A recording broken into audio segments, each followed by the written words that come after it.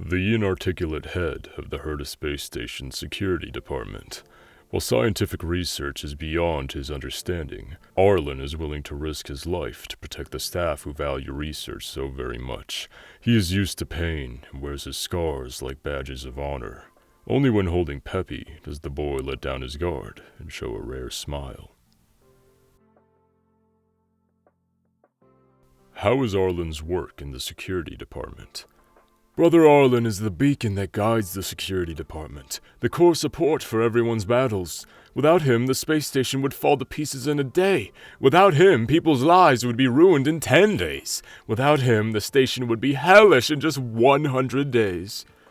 But he plays holodisc with Peppy during work hours.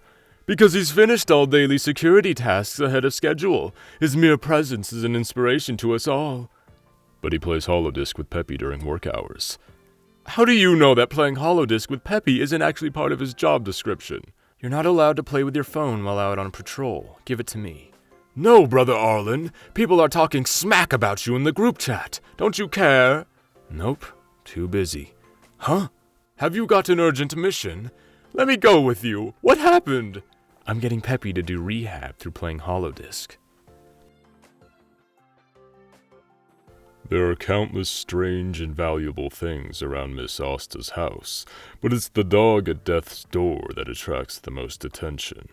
What's more, her forlorn cries only increase in volume as her parents attempt to comfort her, telling her that this dog she picked up won't live for very long, and they are better off buying her another one. That filthy pup just lies there without the strength to even lift up its head and look around the people surrounding it. The crying, arguing, and the silence, none of this has anything to do with it. At one point, he thinks it's already stopped breathing, so he bends down to check its nose. Just then, the dog suddenly licks his fingers, which is about the farthest distance it can stretch. Its tongue is wet. Want to play holodisc? Its lifeless eyes suddenly light up.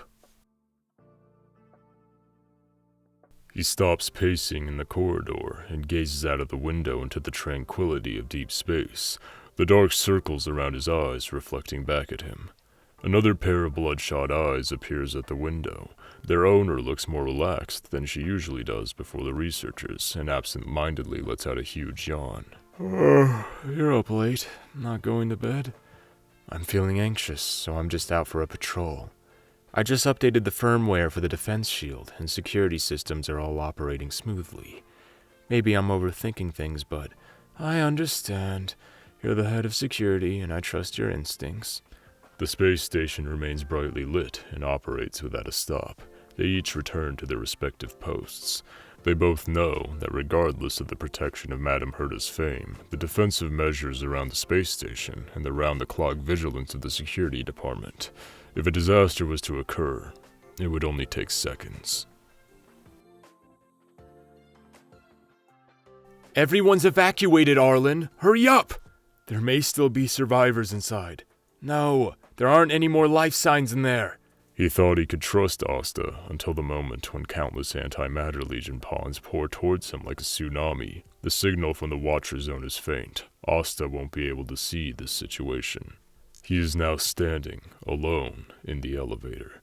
He has to make a decision, even if he has to disobey Asta's orders. No matter the cost, he has to block access to the elevator to save everyone.